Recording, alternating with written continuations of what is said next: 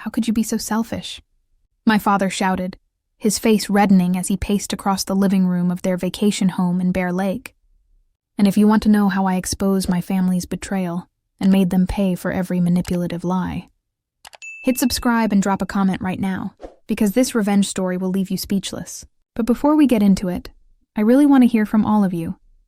Tell me which country you're watching from, your age, and how you discovered this story. Did it show up randomly on your feed or did someone share it with you? Drop all that in the comments because I read every single comment, and I genuinely want to know where my audience is tuning in from. My name is Louise Walsh. Your sister needs that money for her new business venture. You have more than enough." I stood there, stunned into silence, my hand still clutching the property tax bill I'd just been ambushed with. What was supposed to be a casual Sunday dinner had turned into an interrogation about why I wasn't pulling my weight anymore. At 33, I've built a successful career as a self-taught day trader. I wasn't born into money. Everything I have, I've earned through countless sleepless nights studying market patterns and making calculated risks. For the past 5 years, I'd been quietly paying the property taxes on my parents' vacation home, covering my younger sister Megan's car payments, and funding family vacations without complaint. It was my way of giving back to the family that raised me, or so I thought. "Dad, I've been paying for everything for years," I finally managed, my voice steadier than I felt. "The property taxes, Megan's business trips, Mom's medical bills that insurance didn't cover. I've never asked for anything in return, but I can't keep doing this forever." My mother sat silently on the couch, her eyes fixed on her hands folded in her lap. She wouldn't look at me, and that hurt more than my father's shouting. "We gave you everything growing up," Dad continued, ignoring my words entirely. "And now that we need you, you're abandoning us while your sister is trying to make something of herself." That's when I noticed the envelope on the coffee table, partially hidden under a magazine. The corner of an official-looking document peeked out, and I could make out the words, "Trust Fund," and Megan Walsh, in bold lettering. My stomach dropped. I reached for the envelope before my father could stop me. "Louise, that's private!" he snapped, but it was too late. I was already scanning the document, my hands trembling as the truth revealed itself in cold legal language. My father had created a substantial trust fund for Megan, only Megan. The same father who had told me for years that there wasn't enough money to help with my college tuition, forcing me to work multiple jobs while studying. The same father who now expected me to bankroll their luxury lifestyle while secretly setting my sister up for life. "When were you going to tell me about this?" I whispered, a cold clarity washing over me. My whole life suddenly made sense. The favoritism, the different expectations, the constant demands disguised as family obligation. I knew then that everything was about to change. My father snatched the trust fund document from my hands, but the damage was done.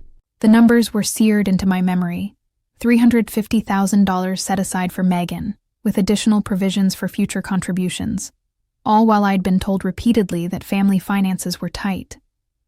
"You weren't supposed to see that," he muttered, folding the paper and stuffing it back into the envelope. "Clearly," I replied, my voice hollow. "I guess that explains why you never helped with my student loans." Growing up, the pattern had always been there. Megan got dance lessons while I was told to focus on academics. She received a car for her 16th birthday. I took the bus until I saved enough from my after-school job to buy a used Honda. When college came around, Megan went to a private university with family support while I pieced together scholarships and worked 30 hours a week at a local coffee shop. I'd always chalked it up to changing financial circumstances or different parenting approaches. I never wanted to believe what was now staring me in the face. My parents simply valued Megan more. "Sweetheart," my mother finally spoke, her voice gentle in that placating way I now recognized as manipulation. "Your sister needs more help than you do. You've always been so independent, so capable. We're proud of how well you've done on your own." The twisted logic took my breath away. I was punished for my success while Megan was rewarded for her dependence. "All those times I asked for help," I said slowly, memories flooding back. When I was working 2 jobs during college and barely sleeping. When my car broke down and I couldn't afford repairs. When I needed a security deposit for my first apartment, you said you couldn't help. But the money was there. It was just earmarked for Megan. Dad shifted uncomfortably. Investment decisions aren't that simple, Louise. We had to think about the future. Just not my future, I replied. I thought about all the payments I'd made on their behalf over the years. The property taxes on this vacation home alone were $8,700 annually. I'd covered them for 5 years straight, plus countless other expenses. I'd even paid $12,000 for roof repairs last summer without complaint, all while they were secretly building a nest egg for my sister. The taxes are due next month, Dad said, changing the subject as he slid the bill across the coffee table toward me. And the homeowners association increased their fees again. I stared at him, incredulous. After what I just discovered, he still expected me to pay. The audacity was breathtaking. Something inside me shifted then. A fundamental recalibration. I'd been playing for a fool, but that ended today. I'll take care of it, I said quietly, picking up the bill. My father visibly relaxed, missing the resolve in my eyes. The drive back to my downtown Salt Lake City apartment was a blur. Snow-capped mountains that usually brought me peace seemed to loom accusingly against the darkening sky. I'd been such a fool. Once home, I ignored my ringing phone, undoubtedly my father making sure I wouldn't renege on the property tax bill, and pulled out my laptop. With trembling fingers, I opened a folder I'd meticulously maintained for years, but never thought I'd need to use. Financial contributions, family. The spreadsheet that appeared represented thousands of dollars I'd poured into my family's needs. 5 years of property tax payments, $43,500, Megan's car payments I'd taken over when she claimed she couldn't afford them, $11,680 the G. New roof on the vacation home, $12,000, medical. Expenses for my mother's knee surgery, not covered by insurance, $8,200 family. Vacations I'd funded under the guise of gifts, $2,400. The total made me physically ill.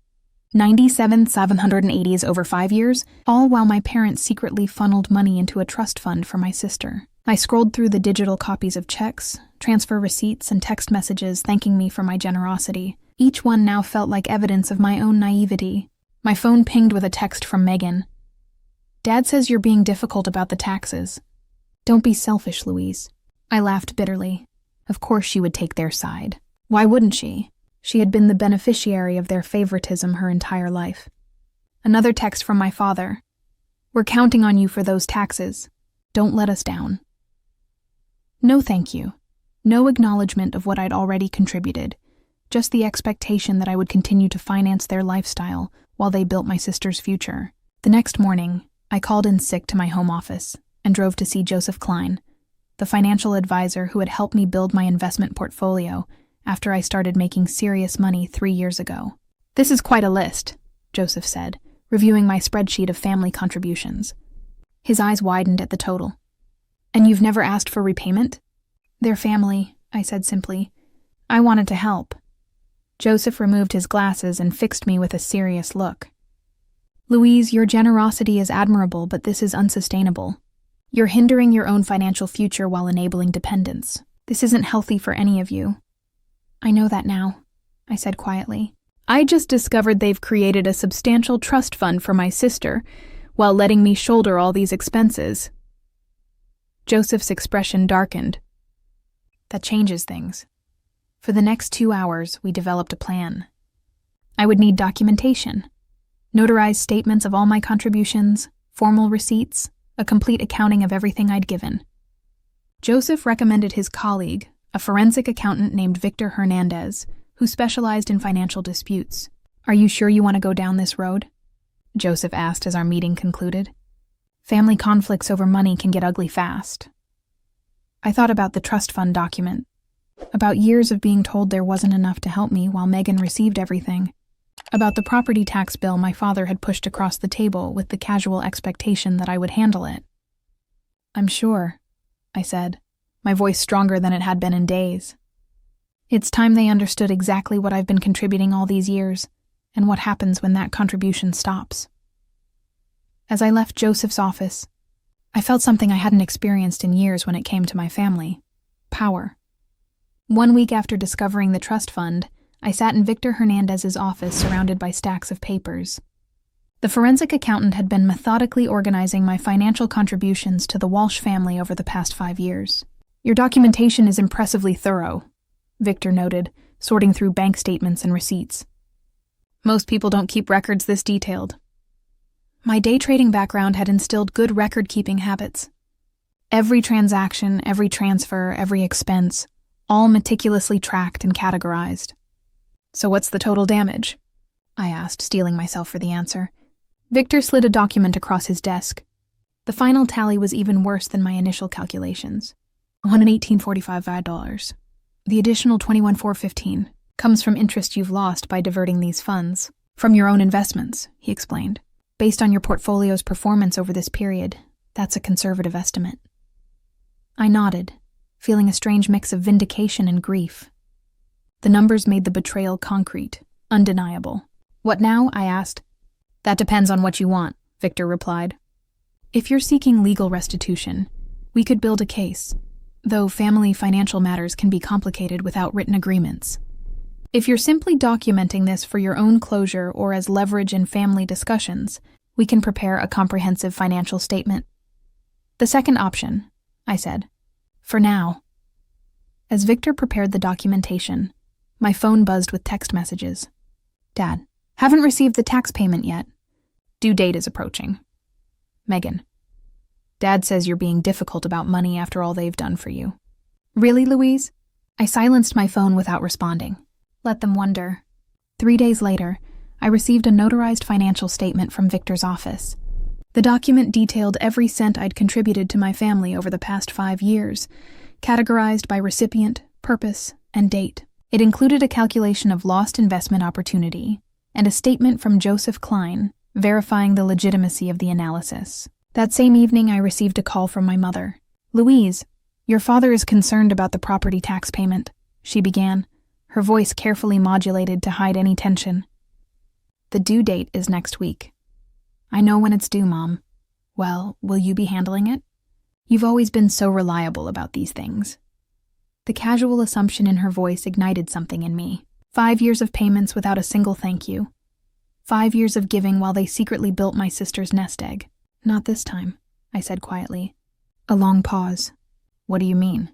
"I'm not paying the property taxes anymore or any other family expenses." But we're counting on you. The money is already allocated elsewhere." Her voice had a frantic edge now. "To Megan's trust fund, you mean?" The words hung in the air between us. Another long silence. "Your father told me you saw that." "Louise, you have to understand." "I understand perfectly."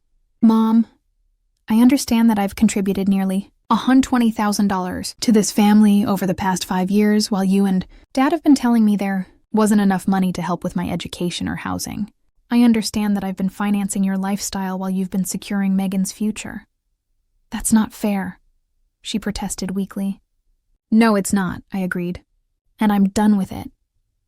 I ended the call and turned my phone off completely, knowing the real storm was yet to come. My father wouldn't take this lying down. He'd always seen my financial support as an obligation, not generosity. The next morning, I opened my laptop and made 3 significant changes. First, I canceled the automatic payment for Megan's car. Second, I removed myself as an authorized payer on all family accounts. Third, I transferred $120,000 from my brokerage account to a new separate investment fund labeled My Future. For the first time in years, I felt unburdened. The weight of constant family financial expectations lifted from my shoulders. The fallout was swift and explosive. By noon, my phone was bombarded with messages. I finally turned it back on during my lunch break, watching notifications flood my screen with a strange detachment. Megan called 7 times before sending a series of increasingly frantic texts. "What the hell, Louise?" "The bank says my car payment was declined. Are you trying to ruin my credit score? I have plans this weekend. Dad is furious. Fix this now." My father's messages were more direct. "Call me immediately. This is unacceptable behavior. You can't just abandon your responsibilities to this family." I ignored them all and focused on my trading day. The markets were volatile, requiring my full attention. Only after closing my positions did I listen to the single voicemail my mother had left. "Louise, please," her voice trembled. "Your father is beside himself. The property tax notice came with a late fee warning. Megan can't make her car payment. She'll lose her vehicle. We don't understand why you're doing this. Whatever's upset you, we can talk about it. Please call us back." No recognition of the trust fund issue. No acknowledgement of years of my financial support. just pressure to resume the status quo. I was composing a measured response when my intercom buzzed. The building security guard's voice came through the speaker. "Ms. Walsh, your father is here demanding to see you. He's quite insistent." My stomach tightened. "Tell him I'm not available. He's saying he won't leave until you come down." I sighed. "Then call the police if he refuses to leave." "Very well, ma'am." 20 minutes later, I received a text from an unknown number. "My cousin Thomas. Just saw Uncle Greg being escorted from your building by security. What's going on? Are you okay?" I hadn't spoken to Thomas in months. I texted back, "I'm fine. Family financial disagreement." His response surprised me. "About time you stood up to them. The way they've treated you versus Megan has been wrong for years." I stared at my phone. I'd always assumed no one else in the family noticed the disparity. The validation from Thomas was unexpected and deeply affirming. My doorbell rang at 7:00 p.m. I checked the peephole to see Megan standing there, arms crossed, foot tapping impatiently. I opened the door but blocked the entrance. "What do you want?" "What do I want?" she repeated incredulously. "I want you to explain why you're suddenly acting like a psycho." My car payment bounced. "Dad says you're refusing to pay the taxes on the lake house." "Correct," I said calmly. "Why? What's your problem?" "The problem is that I've contributed almost $120,000 to this family over the last 5 years while Dad has been secretly funding a trust for you." Megan's expression flickered, first surprise, then guilt, then defensive anger. "That's different," she insisted. "The trust is for my future. I need that security. And I don't?" "You've always been the smart one," she said, as if that explained everything. "You've got your fancy trading career. I'm still trying to find my path. At 31, Megan, while I pay your car payments and fund family vacations?" She flushed. "You've never complained before." "Because I didn't know I was being manipulated. I didn't know that while I was draining my accounts to help the family, Dad was funneling money into your trust fund." "It's not that much money," she mumbled. $350,000 is a significant amount." Her eyes widened. "How do you know the exact—" "I saw the document." A beat of silence passed between us. Then, remarkably, Megan tried a different tack. Her expression softened as she reached for my arm. "Look, Louise, I understand you're upset, but we're family. We need your help. Dad says without the tax payment, they might lose the lake house." I stepped back, breaking her contact. "That's not my problem anymore." "You'd let them lose the vacation home where we spent our summers? How can you be so cold?"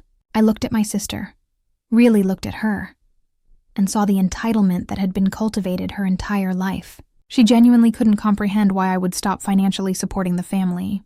"They have options," I said. "They could use some of your trust fund." Megan's face hardened. "That's not fair," I smiled sadly. "No, Megan, nothing about this has been fair." I closed the door gently but firmly in her face. 2 weeks passed. The property tax deadline came and went. I maintained radio silence with my parents and Megan, focusing instead on my work and my own financial planning. Joseph had helped me restructure my investment portfolio. Now that I wasn't hemorrhaging money to my family, the difference was substantial. I could significantly increase my retirement contributions and even consider buying a small vacation property of my own. My newfound peace was shattered when I received an email from Uncle Pete, my father's brother. "Louise, what's going on with Greg and the lake house? He's asking me for a $10,000 loan to cover property taxes and penalties. Said something about you refusing to help the family anymore. This doesn't sound like you." I sat staring at the screen, a bitter laugh escaping my lips. So my father was approaching other family members for money, rather than touching Megan's sacred trust fund. I carefully composed a reply, attaching a PDF summary of my financial contributions to the family over the past 5 years, along with a brief explanation of the trust fund situation. Uncle Pete's response came within an hour. "Holy hell, Louise. I had no idea. No one did. Greg's been telling everyone how he's struggling to help both his daughters equally. This changes things." The next day, my cousin Thomas called. "Louise, there's something you should know," he said, his voice urgent. "There's a family meeting happening at your parents' house this weekend." Uncle Greg called it to discuss Louise's abandonment of the family. "He's trying to rally everyone against you." My stomach tightened. "Thanks for telling me. There's more," Thomas continued. "I overheard my dad talking to your father. Apparently, they're planning to guilt you into not just resuming payments, but covering all the late fees and penalties too. They're framing it as you deliberately damaging the family legacy. The audacity was breathtaking. Are you going to this meeting? I asked. Yes, and so are you, Thomas said firmly. You need to set the record straight. I'll back you up. I agreed, though anxiety ached in my stomach. Confronting my father with the extended family present would be challenging, but perhaps necessary. When Saturday arrived, I dressed carefully in a professional black pantsuit that always gave me confidence during tough negotiations. I drove to my parents' house with the complete financial documentation from Victor, including the notarized statements and calculations of lost investment opportunities. The living room fell silent when I walked in. My father stood by the fireplace, clearly in the middle of a speech. Aunts, uncles, and cousins sat around the room, their expressions showing a mix of confusion and concern. Megan sat beside our mother on the sofa, and both looked uncomfortable. Louise, my father recovered quickly. I'm glad you decided to join us. We were just discussing the family vacation home situation. I'm sure you were, I replied evenly, setting my briefcase on the coffee table. And I'm sure you provided everyone with all the relevant financial information. His eyes narrowed. We're discussing your refusal to meet family obligations. Interesting. I opened my briefcase, because I have 5 years of financial records showing over $118,000 in family obligations. I've already met money that apparently wasn't available to help with my education or housing, but was somehow available for Megan's trust fund. A ripple of murmurs spread through the room. My Aunt Catherine, always direct, spoke up. What trust fund? I looked at my father, giving him the opportunity to answer. When he remained silent, I passed copies of the summary document to everyone in the room. For the past 5 years, I've paid the property taxes on the lake house, covered Megan's car payments, funded family vacations, and more, totaling nearly $120,000. During the same period, my parents established a $350,000 trust fund exclusively for my sister. The room erupted in overlapping voices. My father's face flushed deep red. These are private family matters, he thundered. Exactly, Uncle Pete interjected, standing up. Family matters. And in this family, we should treat our children equally. I hadn't expected this level of support. As the room divided into heated discussions, my father's gaze locked with mine. In his eyes, I saw something I'd never witnessed before. Fear. The fear of exposure, of his carefully constructed narrative crumbling, and behind that fear, something even more unexpected. Respect. The family meeting ended with my father storming out and my mother tearfully following him. Megan sat frozen on the couch, avoiding eye contact with everyone. The rest of the family lingered, processing the revelations. I had no idea it was this bad, Aunt Catherine said, studying the financial documentation.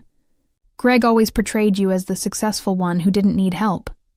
Uncle Pete shook his head. This isn't right. The lake house has been part of our extended family memories for years.